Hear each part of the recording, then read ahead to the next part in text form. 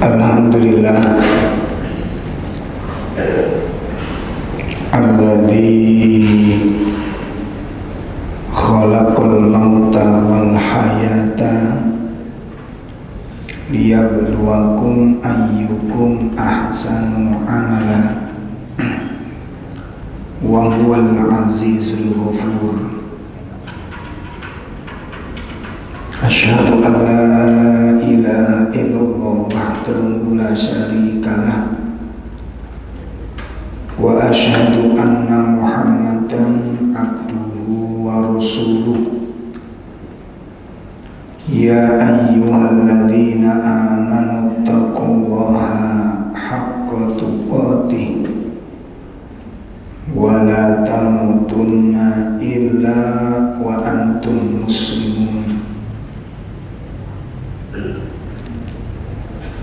Allahumma salli wa sallim wa barik ala nabiyyina Muhammadin wa ala alihi wa ashabihi wa man tabi'ahum bi ihsanin ila yaumiddin. Amma ba'd.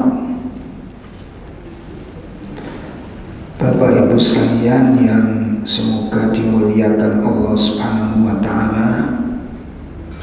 Alhamdulillah pagi ini kita bisa duduk bersama untuk belajar bareng-bareng, untuk sinau bareng, mengkaji suatu persoalan yang terkait dengan masalah kehidupan kita, yang terkait dengan masalah yang berhubungan dengan ibadah kita. Dan perlu kita sadari bersama-sama bahwa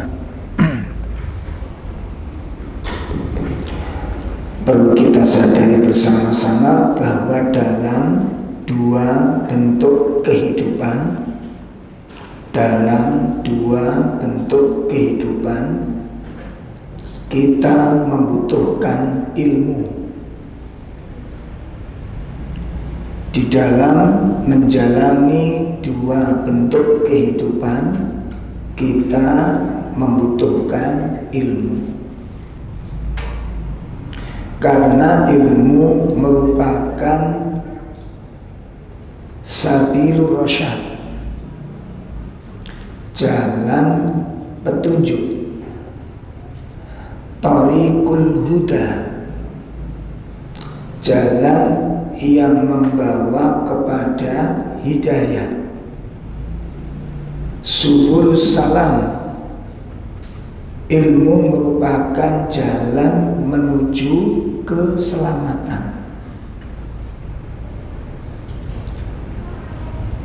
Miftahus sa'adah, kunci dari kebahagiaan. Ya, jadi jalan menuju keselamatan dan kunci kebahagiaan itu adalah al-ilmu. Sehingga disitulah fungsi Al-Quran diturunkan. Untuk apa? Supaya menjadi jalan hidup manusia, supaya membawa manusia kepada taufik, supaya manusia ngerti rambu-rambu, ya, supaya hidup manusia itu teratur dan terarah. Saya gak ngawur urip niku. Coba kalau ndak ngaji urip gimana? Ngawur, pakaiannya ngawur, ngomongnya ngawur. Wong wis ngaji kadang-kadang sik ngawur. Apa maneh gak ngaji. Ya, itu tujuannya.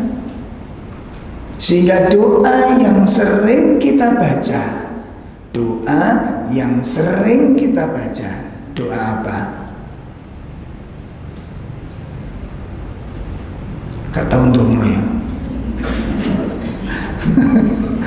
Doa yang paling sering kita baca doa apa? Doa sapu jagat. Rabbana atina fid dunya hasanah wa fil akhirati hasanah.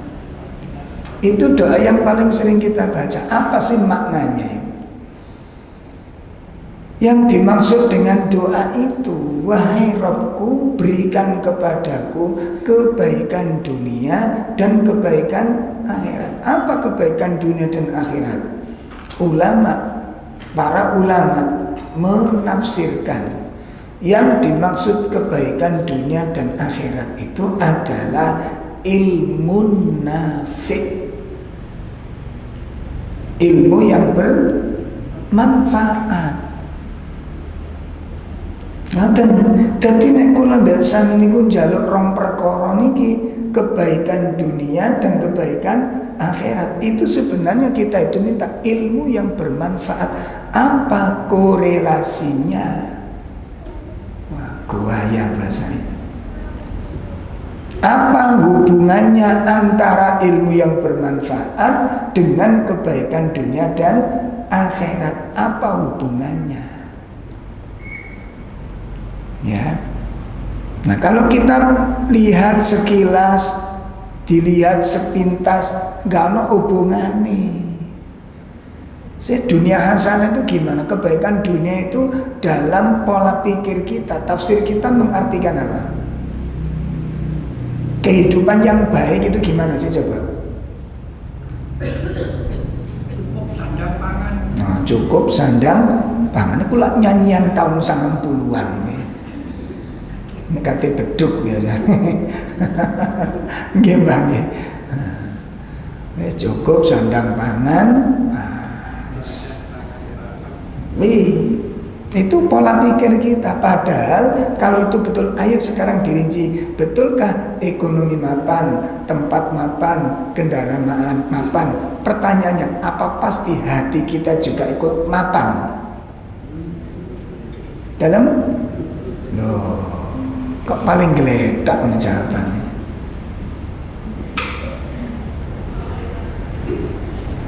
Jadi hasanah fid dunya, kebaikan yang baik, hayatan thayyibah dalam bahasa Quran itu, diberi penghidupan yang baik, itu orientasinya itu bukan pada materi belaka, bukan masalah materi belaka.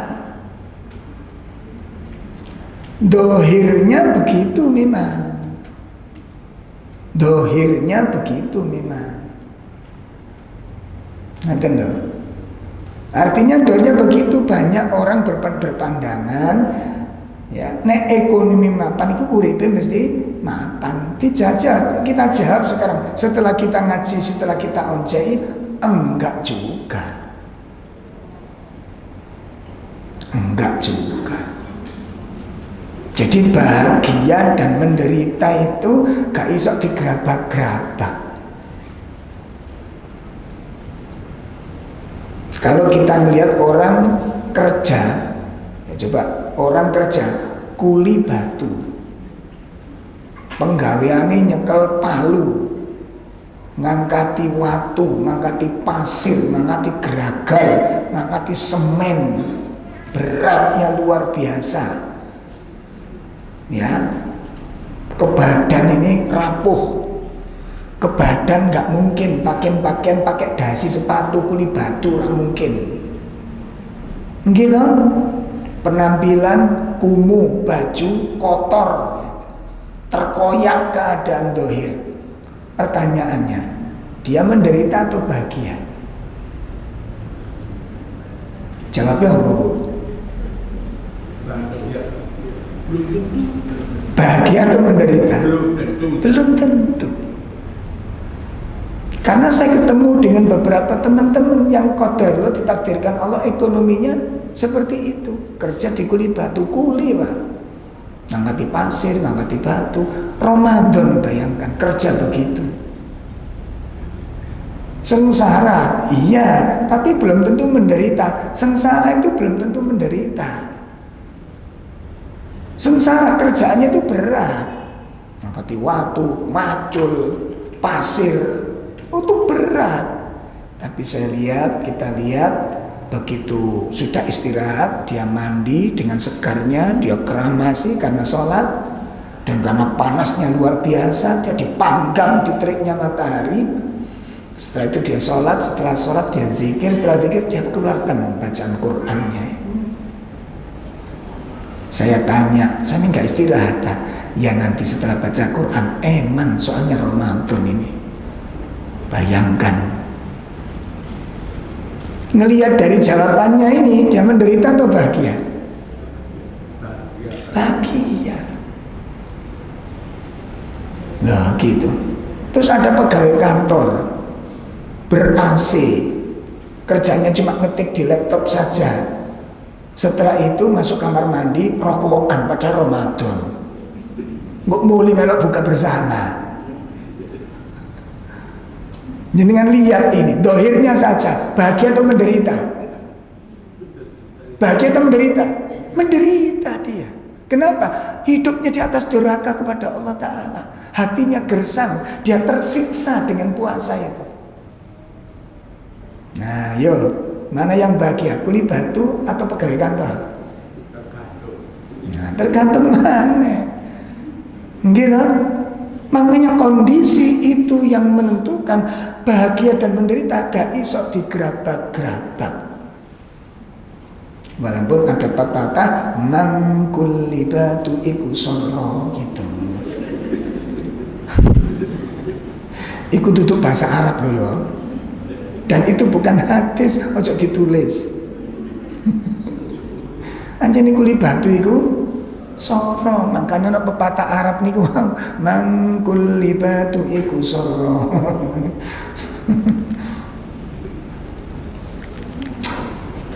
Astagfirullah. Ini ilmu, makanya para ulama sepakat ilmu kunci kebahagiaan. Iya memang. Lah kalau ngaji kok gak bahagia, berarti ilmu ini belum masuk ke dalam hatimu. Kalau sampai sudah ngaji kok gak bahagia, itu berarti ilmunya belum masuk ke dalam hatimu. Kalaupun sudah masuk, katakan sudah hafal Quran kok masih menderita, itu berarti ilmunya gak bermanfaat. Nah gitu loh. Berarti ilmunya gak bermanfaat. Ilmu bermanfaat itu menghadirkan ketenangan jiwa. Nah, makanya majelis taklim itu majelis yang luar biasa, yang merupakan sumber keselamatan, jalan petunjuk, jalan hidayah, jalan keselamatan, pintu gerbang menuju as-sa'adah, kebahagiaan.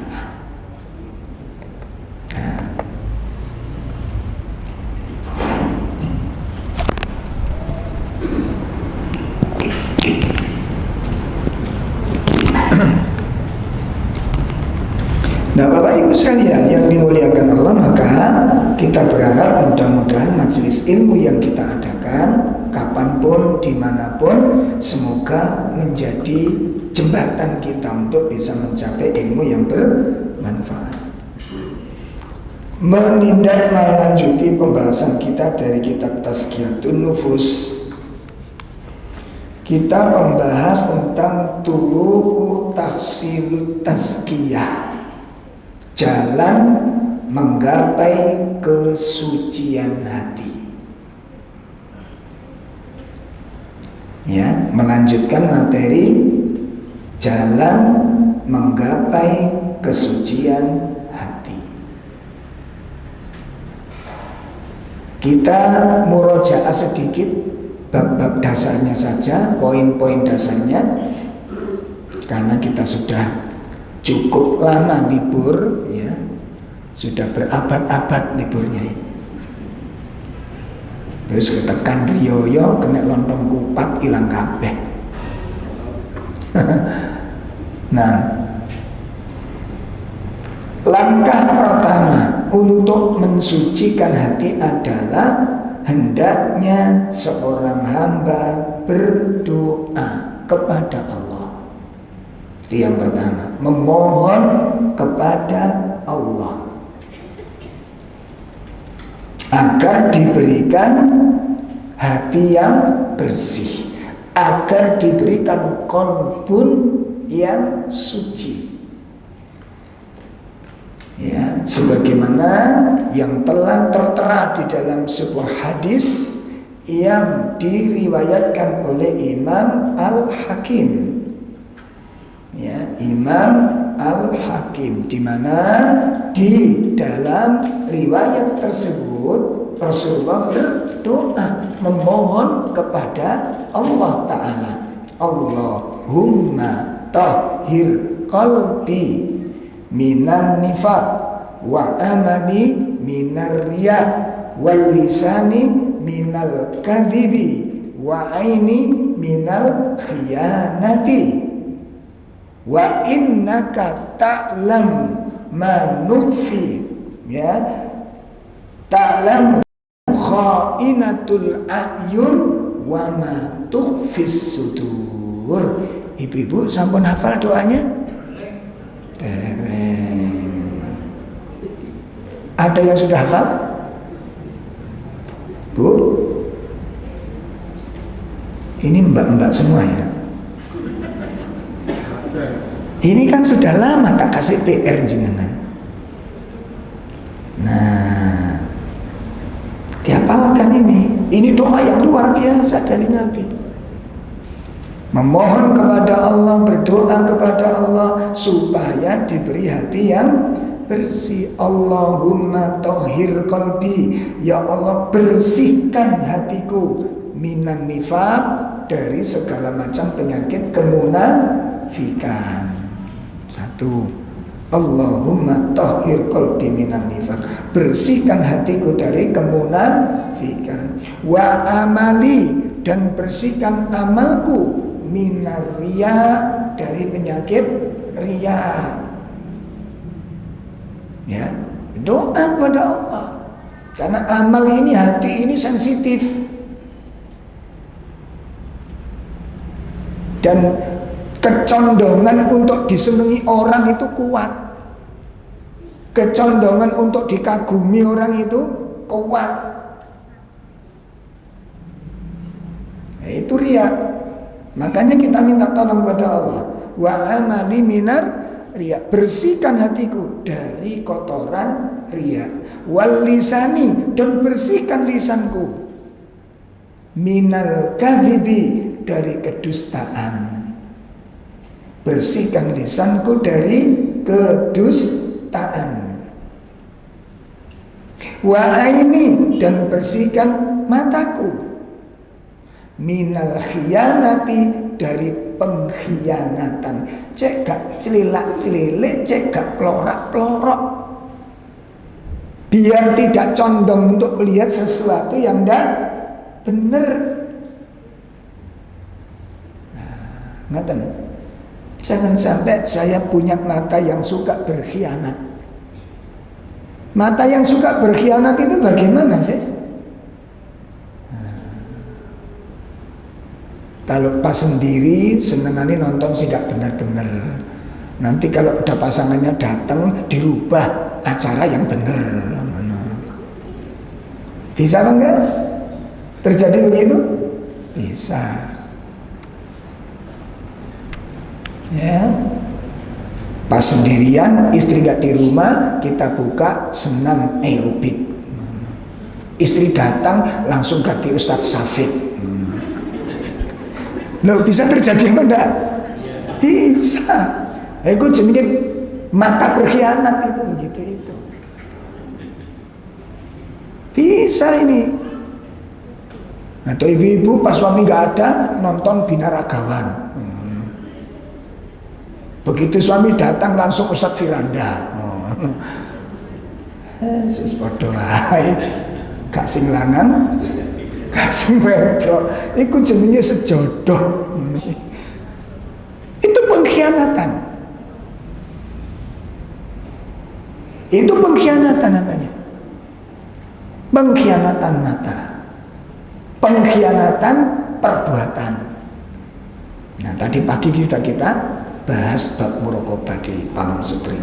Pun itu yang pertama ya, kita berdoa kepada itu yang pertama supaya kita diberi hati yang bersih. Gak main-main, minta tolong kepada Allah, minta bantuan kepada Allah. Kenapa? Karena manusia tidak akan pernah bisa mensucikan hatinya sendirian. Ingat-ingat itu. Ya, manusia tidak akan pernah bisa mensucikan hatinya sendirian tanpa pertolongan dari Allah Ta'ala. Ya, suratnya dalilnya sudah jelas di dalam surat 24 ayat 21. Walaula fadlullahi alaikum wa rahmatuhu ma zaka minkum ahadin abadan. Kalau sekiranya bukan karunia dari Allah hai Muhammad dan rahmat dari Allah kepadamu, kamu hai Muhammad gak akan bisa membersihkan dirimu dari kotoran-kotoran. Seorang pun tidak bisa. Seorang pun tidak bisa mencapai kesucian hati tanpa karunia dan rahmat dari Allah. Oleh karena itu berdoa. Berdoa kepada Allah. Itu langkah yang pertama. Langkah yang kedua apa Ibu? Itu harus dibahas kok. Aku tak murojaah nih Bang. Ya Ustadz, kita kan sudah tua gitu ya. Nah, kena apalan ini langsung tak tuet. Yang kedua, agar kita diberi Allah hati yang bersih dan kita bisa mencapai hati yang bersih itu adalah tolabul ilmi, mencari ilmu. Apa hubungannya ilmu dengan kesucian hati? Ilmu yang bermanfaat itu melahirkan rasa takut kepada Allah. Ciri khas, ciri yang paling gampang, ciri yang paling gampang untuk melihat diri sendiri, ilmuku bermanfaat apa enggak? Ya, aku ngaji kemarin itu berhasil atau enggak? Standarnya apa? Standarnya coba, ayo bapak ibu ngerasa no. Setelah ngaji, setelah dapat ilmu, setelah mendengarkan ayat-ayat Quran dibacakan kita, diterjemahkan, ditafsirkan, pertanyaannya, apakah kita bisa memiliki rasa takut kepada Allah? Nah gitu loh. Apa punya rasa takut? Setelah ngaji, apa punya rasa takut kepada Allah? Takut kepada dosa, takut kepada azab. Apa punya rasa takut kepada itu? Itu simpel. Itu sederhana. Itu check up yang paling gampang. Gitu? Kan bisa sakit dirasakan teman-teman. Rasa takut itu bisa dirasakan apa enggak? Bisa. Nah persoalannya coba kita kembangkan. Apakah saya punya rasa takut kepada Allah? Loh, apa hubungannya rasa takut dengan kesucian hati? Sangat terkait. Rasa takut kepada dosa, rasa takut kepada Allah itu menyebabkan seseorang mampu meninggalkan yang dilarang, meninggalkan perkara-perkara buruk. Paham ini? Meninggalkan maksiat itu kuncinya di sini. Rasa takut kepada Allah, rasa takut kepada dosa, rasa takut kepada adab. Kuncinya itu khasyatullah, rasa takut. Nah, sehingga orang kalau sudah punya rasa takutnya itu mengekang dirinya. Ojo dilakoni kuwi dosa gitu loh. Nah, makanya nek kula mbek sampean kok sik sering ya melakukan perkara-perkara yang sudah tahu itu dosa, tapi kok kita bisa menikmati? Jawabannya apa? Berarti belum punya rasa takut kepada Allah. Rasa takut kepada Allah itu mencegah orang dari perbuatan maksiat, menghalang-halangi orang dari maksiat. Rasa wedi lah. Rasa wedi. Nek wis gak wedi, coba sampean rasakno kali kula. Orang itu kalau sudah hilang dua rasa. Satu, rasa takut nggak ada, rasa malu nggak ada. Kira-kira apa yang dilakoni? Dosa wis gak wedi, izin gak duwe. Kira-kira ngelakoni apa? Yang dilakukan apa kira-kira? Hah? Belunat nek jare wong Jawa ngoten. Nggih, Mbah. Nah, itu bahasa kuno kita dulu. Belunat, ngerti belunat sampean? Belunat itu sembarang kalir dilakoni. Kenapa? Karena rasa takutnya gak ada. Ya gitu. Makanya Pak, rasa takut yang tadi kita kaji di Palang Spring itu buah dari akidah. Sak ngamuk-ngamuki sampean, sak muring-muringi sampean, rasa takut kepada Allah itu menghalang-halangi kita, gak sampai ngomong elek. Gak sampai ngomong elek, ngata-ngatai istri dengan kalimat apalagi mesuk, gak mungkin itu. Makanya kalau biasa kok sih mesuh koyok mentok ngising. Apa mentok ngising? Hah? Cerot-cerot gitu nih. Mesuh kok sih gampang nih. Wong senengane ngaji kok misuan, gak cocok nih. Sudah bukti itu gagal dengan ngaji itu. Sampai jadi muridnya siapa saja sudah harus diingkari, gagal. Ngaten. Iman itu akan mengkontrol seseorang dengan imannya itu. Orang terkontrol. Sak muring-muring, sak hebat-hebatnya marah, imannya itu akan mendominasi dirinya. Ngontrol. Kamu ingat Allah, kamu takut kepada Allah. Lo gitu loh. Ya.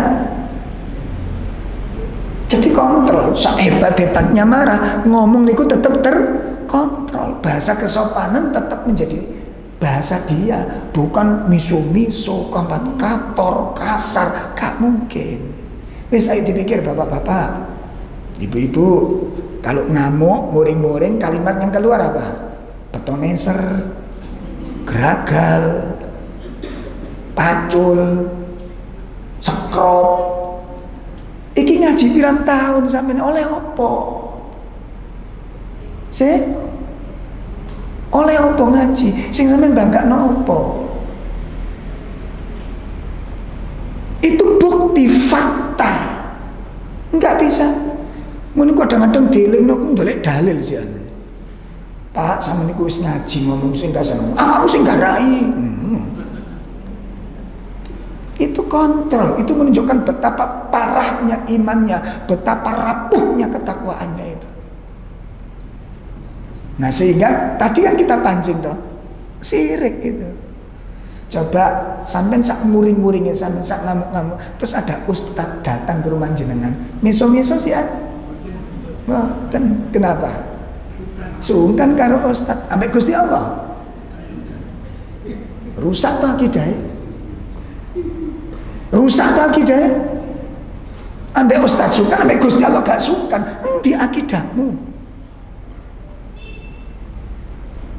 Rusak akidahnya. Dan itu bentuk dari perbuatan syirik, syirkul asghar. Insyaallah, bun, talabul ilm. Makanya berdoa kepada Allah, Allahumma inni as'aluka ilman nafi'an wa rizqan thayyiban. Itu ilmu nafi'.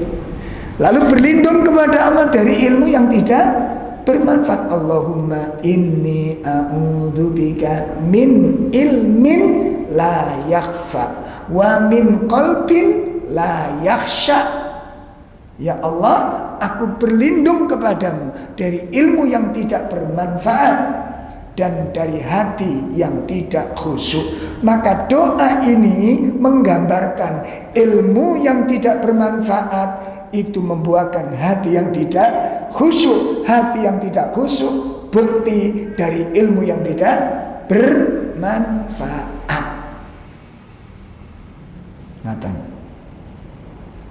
Nah, itu yang kedua, jalan meraih hati yang bersih agar kita mencapai qalbun salim, hati yang jernih, hati yang suci adalah dengan thalabul ilm. Kenapa? Karena ilmu menghasilkan hati yang takut kepada Allah, khasyatullah.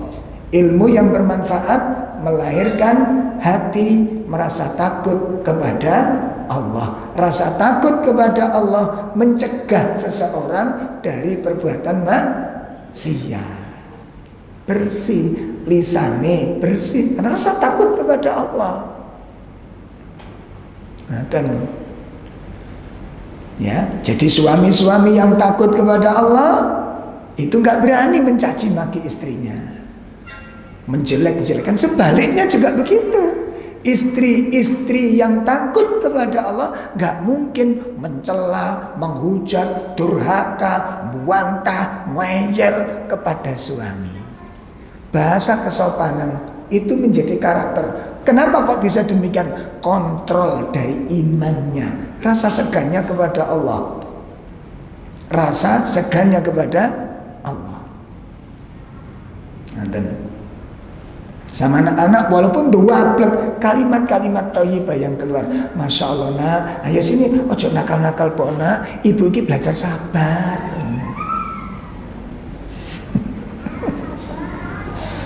Makanya arek cilik-cilik niku cerdas lah.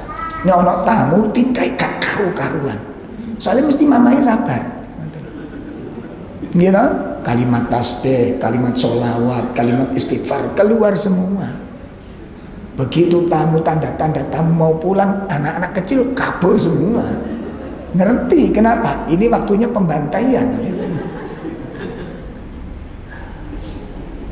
Sering saya sampai guyonan ini. Begitu tamu mau pulang, begitu tahu tamunya pamit pulang, kabur gitu anak-anak. Sudah tahu itu. Sudah tahu ini waktunya pembantaian ini. Nah, itu thalabul ilm, fungsinya ilmu di sana. Ya. Makanya yang dikatakan orang berilmu itu orang yang punya rasa takut kepada Allah.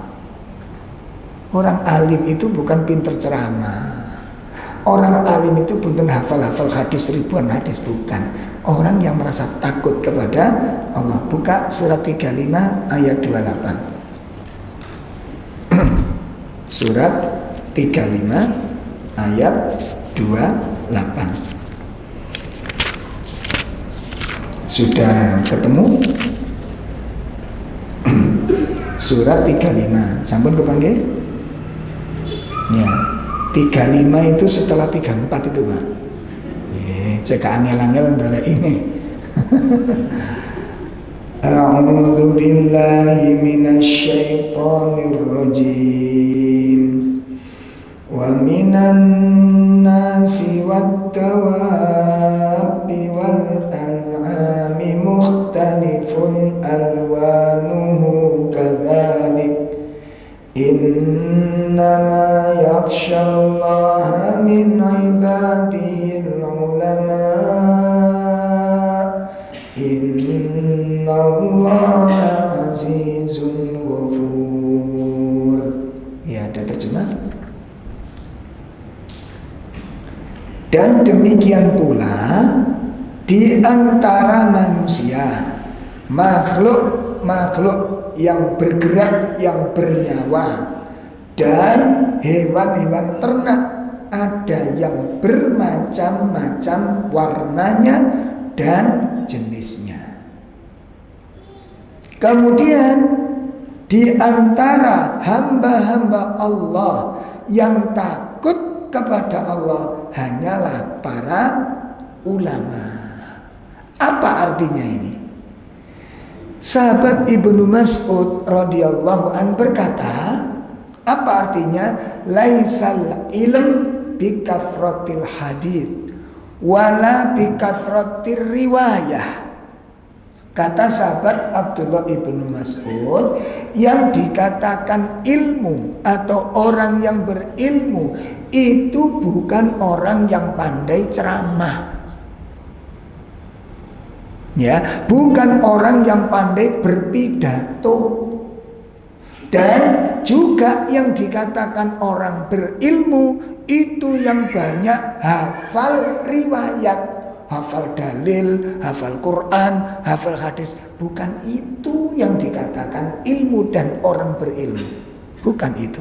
Namun walakinnal ilm bikathratil khasyah.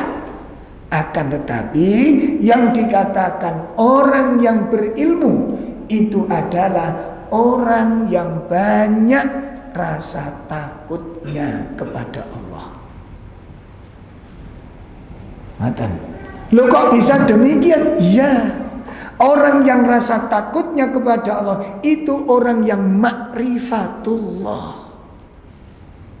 orang yang betul-betul mengenal Allah. Itu mengenal apa? Sifatnya seperti gak ngomong jelek. Kenapa? Suaraku didengar sama Allah. Ini kan makrifat ya. Dia tahu, dia paham, dia yakin suara walaupun lirih didengar dengan jelas oleh Allah. Kenapa? Karena salah satu sifat Allah, apa namanya? Sami'un. Allah Maha mendengar. Mana? Bu, masih istiqomah ngerasani? Tasik dijak ngomong karo koncone, lo kemarin mertuan jenengan datang ya? Iya, kan selesai. Meniku diterusno, apa mbak mertuaku iku? Ngono. Makanya mertuaku teko aku tambah sumpah. Lah apa untuk mertua teko kok sumpah? Gak kenal wong mertua sampean bluwater. Wong ketok wong sumeh. Ambulane metu.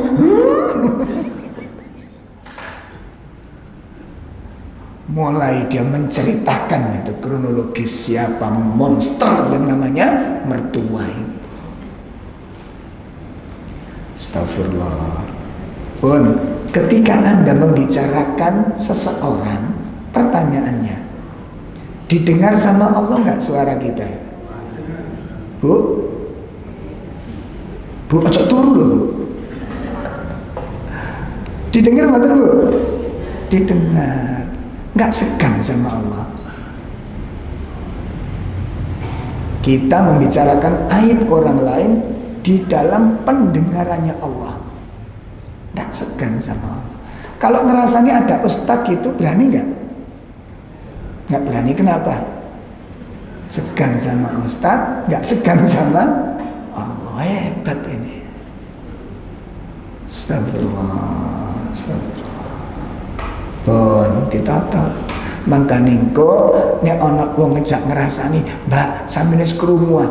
Innallaha samiun alim." Muni ngono sampeyan. Wani aku. Dijak rasane, sampeyan wis krungu ah. Innallaha samiun alim. Aku takon sampean kok innallaha samiun alim ngene piye ta? Suara yang akan kita keluarkan didengar dengan jelas oleh Allah. Lah gak sida ngrasani. Wis mbak nek gak tak cara sana wis. Itu ilmu, Pak. Ini saya menjelas ya. Itu hakikat alim. Alim itu orang yang punya rasa takut, sehingga rasa takut menjadikan orang hati-hati. Ngomong sak ngomong hati-hati, komentar sak komentar hati-hati. Apa yang menyebabkan orang hati-hati? Rasa takutnya kepada Allah, rasa takutnya kepada dosa. Makanya nanti kalau jadi manusia itu seperti lahirlah generasi seperti Abu Bakar. Itu wong sing paling wedi karo dosa Abu Bakar. Ngomong titik nyelekit ngaten niku bingung dia itu. Ada orang ngomong dengan Abu Bakar tersinggung, Abu Bakar melakukan 3 hal. Wis Mas, balesan aku persis yang kamu buat kamu sakit, balesan aku. Itu Abu Bakar. Atau kalau kamu nggak mau balas, aku njaluk tolong sepuron omonganku, maafkan aku. Kalau kamu tidak mau membalas, memaafkan juga nggak mau, kamu tak laporkan sama Rasulullah SAW. Ngono Abu Bakar. Kenapa? Ternyata kenapa Abu Bakar begitu takut dengan masalah seperti ini, Pak? Satu kata, satu perbuatan yang menyakiti orang, dia nggak berani. Kenapa? Beliau mengatakan, al-qisas fit dunya khairun wa ahabbu ilayya minal qisas fil akhirah. Itu prinsip yang dipegang oleh Abu Bakar. Qisas, balasan di dunia itu lebih baik dan lebih aku sukai daripada nanti aku dikisos di akhirat.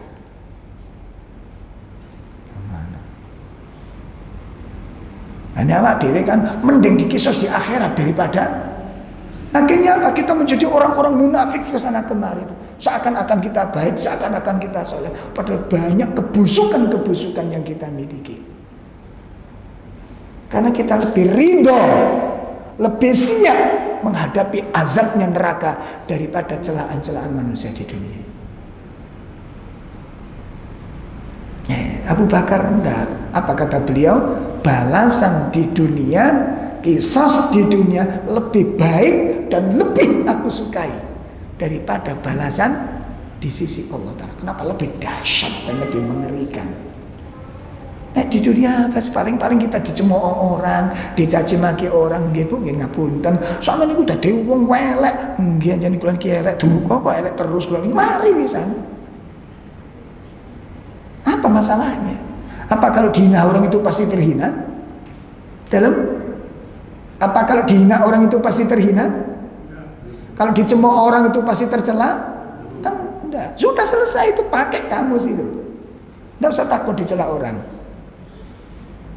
Ya. Sampun, itu langkah yang kedua. Supaya Allah anugerahi kita hati yang bersih adalah dengan jalan apa tadi? Thalabul. Kenapa kok dengan thalabul ilm? Sebab buah dari thalabul ilmu apa? Rasa takut kepada Allah. Apa hubungannya rasa takut kepada Allah dengan hati yang bersih? Hati yang bersih, hati yang takut kepada Allah mencegah seseorang dari perbuatan, tercegahnya orang, terhalangnya orang dari maksiat. Itu faktor hati yang bersih.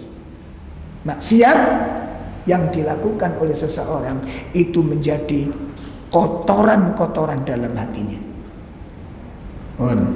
Itu yang kedua. Yang ketiga, jalan untuk menggapai qalbun salim.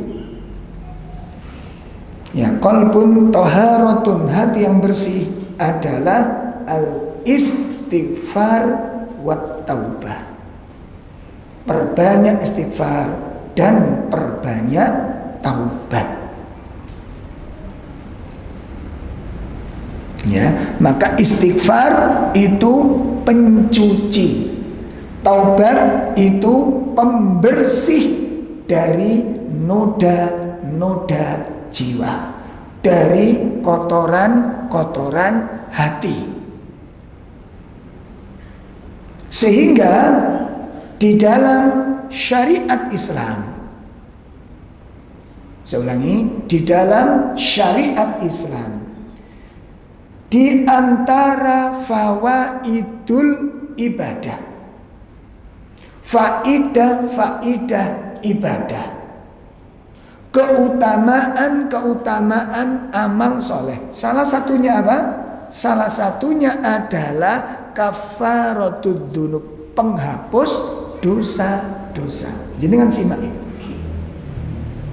Ya, di antara keistimewaan istighfar, keutamaan ibadah di dalam Islam, keistimewaannya apa? Di dalam ibadah-ibadah yang ada di dalam syariat Islam itu salah satu fungsinya Faidahnya adalah kafaratud dzunub, sebagai penghapus. Itu salah satu fungsi manfaat ibadah yang luar biasa. Seluruh ibadah jangan lihat. Wudu, salah satu fungsinya apa? Membersihkan dosa.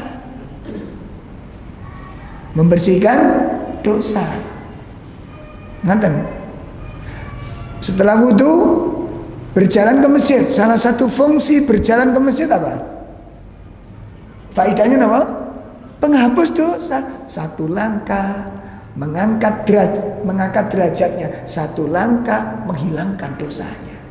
Kalau bapak ibu berangkat ke masjid dalam rangka menjalankan perintah Allah Ta'ala, maka kalau membawa hadis ini, meyakini dan mengharap, aku ingin langkah-langkah ke masjid, satu langkah menghilangkan satu dosa, satu langkah mengangkat satu derajat. Belum sampai masjid itu, kenikmatan itu sudah bisa kita rasakan dalam hati.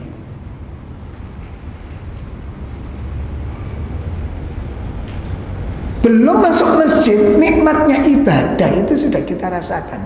Dari mana? Mengharap dan menginginkan langkah-langkahnya itu menjadi penghapus dosa. Coba setiap langkah itu gitu, ya Allah, aku berharap langkahku ini menghapus dosa. Perjalanan ke masjid itu nikmat sekali, Pak. Belum sampai masjid, nikmatnya ibadah sudah kita rasakan. Lengatan. Suatu ketika saya Utsaimin itu berangkat ke masjid nyeker. Tahu nyekernya? Nggak pakai sandal. Jadi berangkat ke masjid itu nyeker saya Utsaimin. Ditanya sama muridnya, "Loh Syekh, ya Syekh, kenapa Anda kok nyeker? Ya, Anda kok nggak pakai sandal, kenapa?" Akhirnya beliau menghadap jalan yang tadi dilewati itu sambil mengatakan, "Aku berharap telapak kakiku ini nanti menjadi saksi di hadapan Allah." Ngono ya. Kira-kira waktu melangkah itu terasa mboten? Terasa mboten? Langkah kakiku, telapak kakiku nanti aku berharap menjadi apa? Saksi di hadapan Allah. Aku ingin itu. Sehingga melangkah menuju kebaikan, langkah-langkah itu dihitung oleh Allah Ta'ala sebagai kafarut dzunub dan sebagai pengangkat derajat. Bon, itu berjalan ke masjid. Sholat, fungsinya apa salah satunya? Penghapus dosa. Penghapus dosa. Setelah sholat, zikir setelah sholat, apa fungsinya? Penghapus dosa. Barang siapa yang membaca tasbih 33 kali, tahmid 33 kali, takbir 33 kali setiap selesai sholat fardu, lalu ditutup dengan tahlil 1 kali.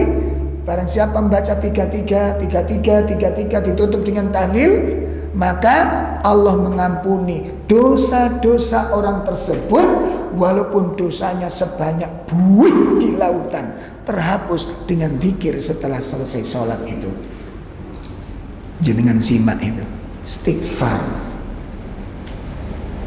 Faidahnya daripada ibadah-ibadah. Puasa Ramadan, apa salah satu fungsinya? Penghapus dosa. Man shoma Ramadanan imanan wahtisaban ghufira lahu ma taqaddamat min dambi. Barang siapa berpuasa di bulan Ramadan dengan penuh iman dan berharap kepada Allah, maka Allah ampuni dosa-dosa yang terlalu. Sholat tarawih, apa salah satu tujuannya? Penghapus dosa. Sedekah, salah satu fungsinya apa? Penghapus dosa. Haji umroh, apa salah satu fungsinya? Penghapus dosa. Seluruh ibadah di dalam Islam, salah satu fungsinya adalah penyucian dosa. Luar biasa baik. Makanya kepemaafan, Masya Allah, kepemaafan dan ampunan dari Allah itu kebutuhan nomor 1. Kebutuhan nomor 1. Sholat. Bacaan di dalam sholat itu ada istighfarnya bukan? Bacaan di dalam sholat ada istighfarnya bukan? Ada.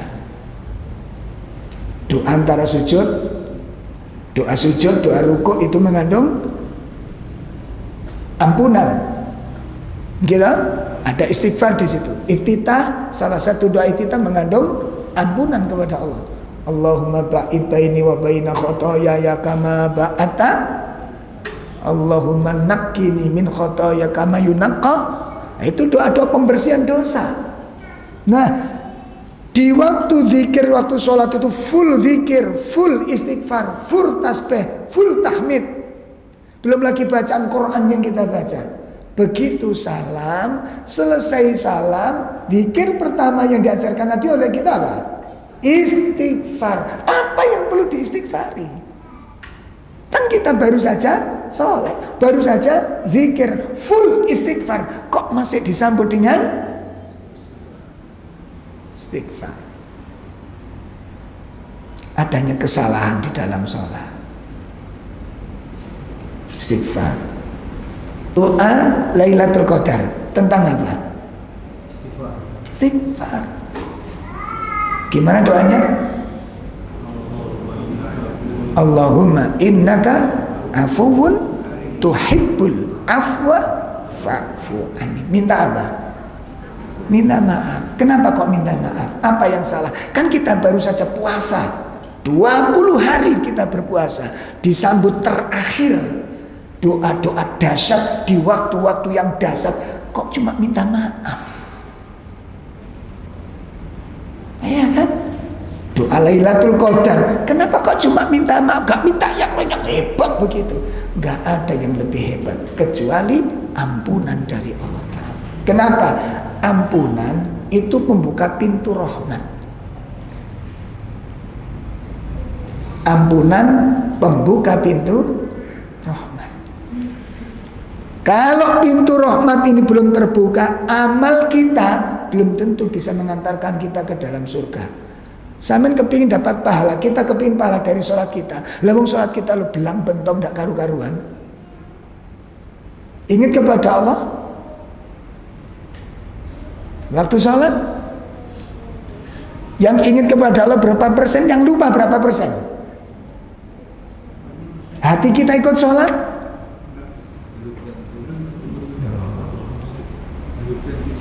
Belum tentu sholat. Hati kita ini keliling kemana-mana. Nek barang hilang yang dolei barangi. Rumah saku mang non kene mang. Aku kate wudu mang dek kene. Oh ketemu, assalamualaikum lho ngono langsung. Barangi ketemu sholatnya mari gitu. Salat seperti ini yang kita harapkan dapat surga. Itu yang perlu diistighfari setelah sholat. Puasa, betul puasa kita sudah optimal? Nggak ada yang rusak ibadahnya, nggak ada yang ternoda. Maka disambut dengan doa permohonan maaf kepada Allah. Allahumma innaka afuwun tuhibbul fa'fu anni. Maafkan aku, puasa aku ndak karu-karuan. Oh, apa sing tak lakoni? Justru itu merusak puasa kita. Sudah dilakoni, yang merusak amal puasa kita. Amal yang sia-sia itu kan nggak boleh waktu puasa, tapi kita lakoni kan. Ternoda, puasa kita ternoda. Makanya di penutup akhir Ramadan doa permohonan maaf kepada Allah diberikan kepada kita. Kenapa? Itu kunci terbukanya rahmat. Dosa penutup pintu rahmat. Selama dosa ada di situ, maka pintu rahmat tidak akan dibuka oleh Allah. Maka untuk membuka pintu rahmat, menghilangkan dosa dan noda dengan apa? Istighfar. Bon. Nah, itu yang ketiga. Yang keempat, jalan meraih hati yang bersih. Jalan memperoleh jiwa yang suci adalah mujahadah. Mujahadah. Nek jari wong Jawa temen. Napa temen niku? Sungguh-sungguh. Serius. Nah, itu mujahadah. Itu menurut bahasa. Adapun menurut para ulama, apa sih yang dimaksud dengan mujahadah itu? Qala al-ulama, al-mujahadah, yang dikatakan mujahadah itu adalah murabitatun ala suhuri nafas, upaya yang sungguh-sungguh, ya, upaya yang sungguh-sungguh ala suhuri nafas, untuk menjaga celah-celah diri. Upaya yang sungguh-sungguh untuk menjaga celah-celah diri. Li'alla tanzih, supaya tidak tergoda, ya, supaya tidak tergoda, ila tazyin syaitan, terhadap rayuan-rayuan setan, terhadap rayuan setan, fi ghaflatin minal insan, ketika manusia sedang lalai. Itu namanya mujahadah. Upaya yang sungguh-sungguh menjaga celah-celah diri supaya apa tadi? Tidak tergoda oleh rayuan-rayuan setan pada saat manusia sedang lalai. Ada dua titik kelemahan kita ini. Ada dua titik persoalannya. Pertama, manusia identik lengah. Manusia identik lengah, lalai. Itu identik, sangat identik. Jangankan waktu zikir kepada Allah tidak sepenuhnya zikir kepada Allah. Seperti kita sholat tadi itu kan. Coba jenengan rasakan betul Pak. Makanya kadang-kadang saya cemburu sekali kalau ada ibu-ibu nonton sinetron, baru 10 menit sudah bercucuran air mata. Itu luar biasa. Kira-kira sholat kapan terakhir kita menangis kepada Allah? Sholat yang mana, sholat yang bagaimana kita bisa menangis kepada Allah?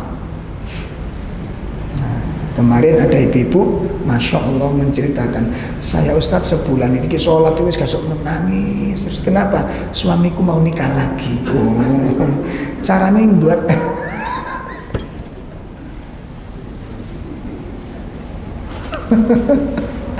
cara membuat air mata keluar itu gampang.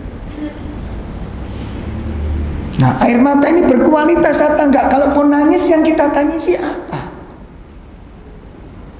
Makanya tolong Pak, ini menjadi bagian program-program harian seorang muslim, menjadi agenda seorang muslim. Pertanyaan-pertanyaan yang berupa muhasabah. Kapan terakhir kali air mataku menetes? Kapan-kapan dikaji bab ini. Kapan terakhir kali air mataku menetes? Atau saatnya air mata menetes. Air mata niku kata jumlah. Imam Ibnu Qayyim niku menyebutkan wonten sedasa macam ini. Wong nangis niku ana 10 macam. Lah kula mbek sampean sing nomor piro? Nangis itu ada sebab sedih, ada sebab takut, ada sebab seneng. Saking senengnya nangis, seperti bapak-bapak menikahkan putrinya. Kaisok muni akhirnya kak, wis pak engkau nangis engkau sampe nikah nasi aja nang mari. Nangis. Ada nangis itu kesetrum. Ngerti nangis kesetrum? Gak ngerti sing di tangisi. Nah tunggal iku mbak sampean kalau umroh 10 malam Ramadan terakhir itu yang menjadi imam sholat malam ganjil itu biasanya sesudah mesti jadi imam. Pasti jadi imam. Nah kalau beliau jadi imam, gak ono gak nangis nih. Gak ono gak nangis nih. Apalagi kalau sudah membaca kunut witir, masya Allah, goncang Saudi nih, gempar itu malam itu, masya Allah. Nah persoalannya beda kualitas tangisnya. Kalau imam sudah nangis itu karena doa yang beliau baca. Lah kalau kita nangis, nangisi saya sudah kan gitu. Kan beda. Sampeyan kok nangis? Saya sudah nangis ya. Allah, sampeyan kok melok nangis ndonga krungone saya sudah koyo ngono gak nangis ya apa. Lah saya sudah siap nangis kenapa? Ya karena doanya lah sampean. Ya saya sudah nangis itu. Allah mujahadah sungguh-sungguh nggih. Satu titik pertama kelengahan itu menjadi tabiat dasar kita. Lengah, sembrono, lalai itu tabiat dasar kita. Tabiat dasar. Lalai itu tabiat dasar. Salah satu penyebab utama Nabiullah Adam tergelincir, apa sebabnya? Lalai. Lalai. Walaqad ahidna ila adama fanasiya walam najid lahu azma. Dan sungguh telah kami berikan wasiat kepada Nabi Adam dari sejak dahulu. Dari sejak dahulu. Walaqad ahidna ila adama min qabl fanasiya, namun dia lengah, namun dia lalai dengan wasiat itu. Walam najid lahu azmat, tuh ketemu di sini. Dan kami jumpai Nabi Adam itu lemah kekuatan kemauannya itu. Lemah kemauannya. Maka faktor besar yang menyebabkan Nabi Adam tergelincir adalah kelalaian. Pun titik lemahnya di sini yang pertama. Yang kedua apa Pak di sini? Yang kedua adalah celah-celah diri. Apa celah-celah diri itu? Setiap orang itu punya titik lemah. Setiap orang itu punya titik lemah di dalam menghidupkan problematika kehidupan ini. Ada orang titik lemahnya itu harta. Ada yang titik lemahnya itu kedudukan. Ada yang titik lemahnya itu pujian. Ada yang titik lemahnya itu wanita. Dan seterusnya. Ada titik lemah itu. Dan kita masing-masing punya titik lemah itu. Jelas? Nah setan di dalam menggoda manusia melalui apa? Titik. Setan ngerti gak titik lemah kita? Ngerti. Kita dengan harta gak seberapa, tapi kena wong wedok kelepek-kelepek itu bisa. Dengan harta gak seberapa, dengan kekuasaan yes, tadi aku gak tertarik. Karena memang bukan di situ letak lemahnya itu. Begitu kena wanita sudah tidak bisa berkutik apa-apa dia. Brengos ku peplek. Kayak dulu saya kerja di perusahaan niku ono satpam niku brengos ku wah meden gak koyo sarip tambak yoso niku kan. Wae durung wae metu hanya kurang 5 menit metu Pak metu dilik Pak jarek sing lanang-lanang niku. Gak oleh. Jami sik gurung. Tegas ngene Pak. Jami sik durung kurang 5 menit. Lah ya wong kurang 5 menit sing buka lah wis mari lho Pak. Wis balik-balik disiplin. Tak kuwi Mbak jalukan. Ayo ta Pak jar engko sik ta. Wis ta Pak, wis metu lho ngono langsung. Gara-gara sing ngato sing.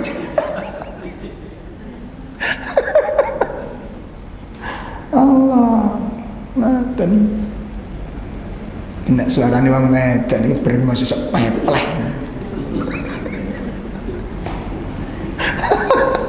alis kenceng iso rontok gara-gara guyune wedok. Hati-hati sama nambah wong wedok. Ojo kadek macem-macem. WA wis kukut tambahan.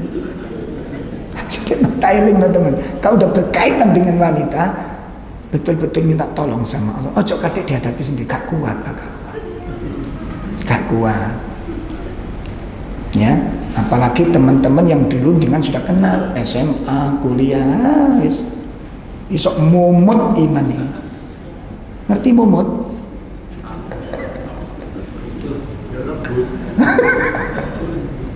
Saya itu Pak, saya itu kadang aja ada terjebak. Walaupun awalnya nggak ada apa-apa, Pak. Perselingkuhan itu awalnya betul apa-apa. Akhirnya sharing, kita layani, dikirimi pengajian, seneng deh ini. Jadi sini itu hati-hati, ojo cemburu. Jari sing arek wedok, alhamdulillah Mas, semenjak sampean kirimi pengajian hatiku menjadi tentram. Ndak sih sampean gak kepiur-kepiur lah kena ngono. Tolong Mas ya, kalau ada nasihat-nasihat yang baik, hatiku kering, suamiku gak pernah kasih nasihat seperti panjenengan. Nah, mulai urat-uratnya mulai kencing. Hati-hati. Makhluk halus nih. Makanya ibu-ibu nek dijak ngomong sing jaler niku sing enak. Ngoten lho. Ojo diantar pegel ae. Ya apa Dik? Wis aku dasku pegel ya pusing aku ya. Ojo ngono. Ono apa ya? Ngono lho. Apa sing iso tak bantu? Sudah, jangan tegang-tegang, jangan panik-panik. Semua masalah pasti ada jalan wena. Wis ya, pegel ya, aku dhewe sumpek ya. Makanya akhirnya konsultasi kepada orang luar, kepethuk makhluk-makhluk halus. Saya itu pernah dapat SMS dulu ke ada WA kan. Mbok nomor sapa kok iso masuk tengen kula niku. Anda kesepian, ngono tulisannya lho, sapa iki? Anda kesepian, butuh sharing, ku tunggu teleponmu ya. Dah, iki sapa iki? Lah kula penasaran. Akhirnya kula telepon, Masya Allah, makhluk halus tenan, Mbak. Kula coba telepon, lalu nomor siapa? Siapa ya? Kok niki sing gare wong kepiur-kepiur ini. Coba sampean pas pusing telepon suami. Lapo ya? Ya ngono jawab. Lah gak enak.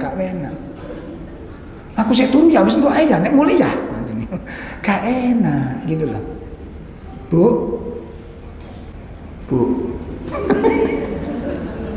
Nek dijak ngomong sing lanang sing enak. Jadi akhirnya suami sudah cukup ngobrol dengan istri, sudah cukup, sudah istri enak gitu, jak ngomong gitu. Oh jadi antar dasku pusing ya, dasku kesel, pikiranku ya wis blek ya. Belajar. Bon, kita lihat, kita teruskan. Nah, jadi yang pertama kata para ulama, upaya sungguh-sungguh menjaga celah-celah diri supaya tidak tergoda dengan rayuan setan pada saat manusia sedang lalai. Perhatikan berikutnya, faida ro'aha. Kalau seseorang sudah melihat pada dirinya, perhatikan, apabila seseorang sudah melihat pada dirinya, tataka selalu bermalas-malasan. Simak ini. Kalau seseorang sudah melihat dirinya kok mulai ada kemalasan, au tatawani anil khair, atau suka menunda-nunda kebaikan. Yes, ini celah-celah ini. Celah-celah itu di sini yang diperhatikan. Kalau seseorang sudah melihat dirinya bermalas-malasan dan kemudian menunda-nunda dari kebaikan, apa yang harus dilakukan? Kalau sudah merasa begini, pernah merasakan dua hal ini? Bu, Kate ini malas, kate ini malas, kate itu engko dhisik denger celemat celemut lamut ngoten niku. Ngapunten Pak, saya itu paling apa bahasa wong Sidoarjo jembek ngoten niku. Paling jembek ngoten niku. Gak ceket ngoten niku gregeten saya. Kelemar. Kate salat tuku mutar, sampe niku gak salat, engko dhisik paling gregeten saya. Kenapa? Itu talbis, itu perangkapnya setan. Anjene enak plulat-plulit ngoten niku. Lho nggih mboten. Kok katene jedeng gak sida metu maneh njongkok kacang. Lho ngono. Ada enggak yang seperti itu? Ada? Itu tim sukses. Tim suksesnya sinten? Setan itu gak nggodho sama, setan cuma bisi Pak, bisi tok. Lah kita itu pelaksananya. Setan punya program, setan cuma bisi, setan cuma memberitahu. Lah kita ini yang eksekusi gitu loh. Ojo gelem, jangan membuat setan itu tertawa. Ngerti maksudnya ini? Itu loh. Sehingga orang itu perlu teliti pada dirinya itu. Ojo bulet kate nglakoni ibadah. Wis krungu adzan dikon wis akate adzan niku lho. Iya sik tenger-tenger alamat ngeten iki pun. Alamat ini sudah kayak begini ini. Jelas ini Pak? Nah kalau orang sudah melihat dirinya itu sudah ada tanda-tanda dua itu bermalas-malasan dan menunda-nunda, apa yang harus dilakukan? Fa innahu yujahidaha. Maka wajib bagi seorang muslim untuk memaksa dirinya. Yujahidah itu berjihad, melawan nafsunya itu, melawannya. Wa yukarriha, dan memaksa dirinya, dipaksa. Ya, itu namanya jihadun nafs. Jihad melawan diri sendiri. Coba sampean tengok denger ambek ngisis, ya ana panganan dijembel, iku kok 10 menit, seberapa jam, 20 menit gak kerasa, Pak. Gak kerasa. Rurus setengah siji pisan. Lho, setengah siji mulai nang kamar mandi, dodok seperempat jam. Jadi setan, oh yo mudurung tak tutup ngono ya. Denger gak mari-mari. Di kamar mandi dak 20 menit, setengah jam keturutan. Sangat tidak bagus. Sangat tidak. Salah satu kebiasaan buruk yang tidak boleh pada seorang muslim, satu, berlama-lamaan di kamar mandi. Tidak bagus. Wong yang ngalang-alang iktikaf.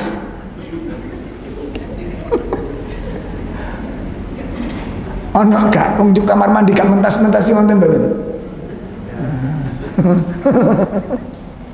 Wong teko rene. Itu Pak. Harus dilawan dan harus dipaksa. Mastata'a, sesuai dengan semampunya. Hatta tastaqimu ala thariq, sampai dia berjalan, sampai dia berdiri tegak di atas jalan ketaatannya. Artinya apa? Paksaon untuk segera melaksanakan ibadah tersebut. Makanya kudu ono manajemen dan ada komitmen. Kudu punya itu kita. Ada apa? Manajemen dan ada komitmen. Tanpa dua hal, jangan pernah bermimpi untuk jadi orang lebih baik.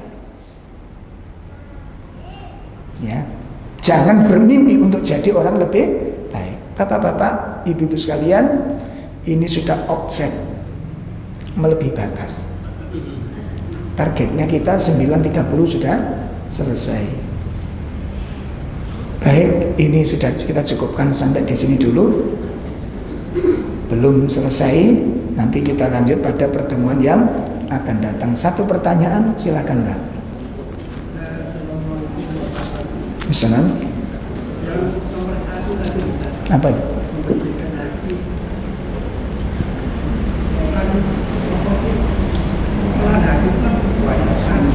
Nggih. Kan bagi Nggih.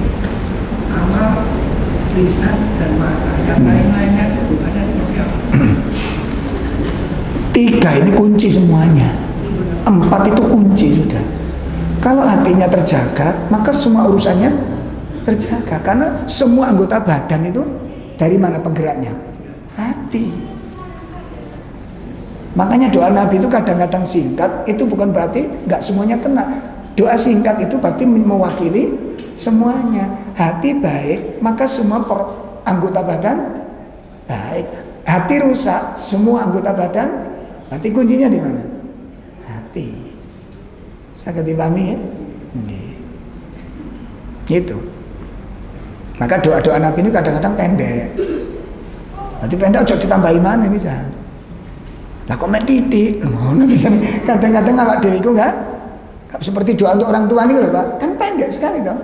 Rabbi firli wali walidayya walil mu'minin yauma yakumul hisab. Rabbirhamhuma. Mosok tuh ngembek wong tuwa mek ngene tok.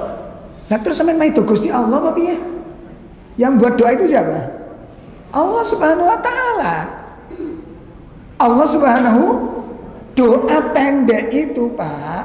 Makanya ndelok syariat itu aja ndelok padha kehidupan iku duduk parselan. Mosok mek titik ngono. Nek titik niku intan gimana? Udah sak karung gombal ya belendi. Kan gitu loh. Doa dalam Al-Qur'an untuk orang tua niku memang pendek. Rabbirhamhuma kama rabbayani. Iki wong tuamu mosok ndonga ngene cek medhit mbek donga awakmu. Lah terus njaluk apa sampean? Doa itu pendek tapi mencakup semua persoalan. Maka untuk orang tua doa terbaik apa? Doa terbaik doa dari Allah yang Maha tahu tentang kebaikan. Paham? Sudah cukup itu doa dari Allah Ta'ala. Karena doa pilihan dari Allah. Adakah doa yang lebih baik dari doa dari Allah? Hah? Nggak ada.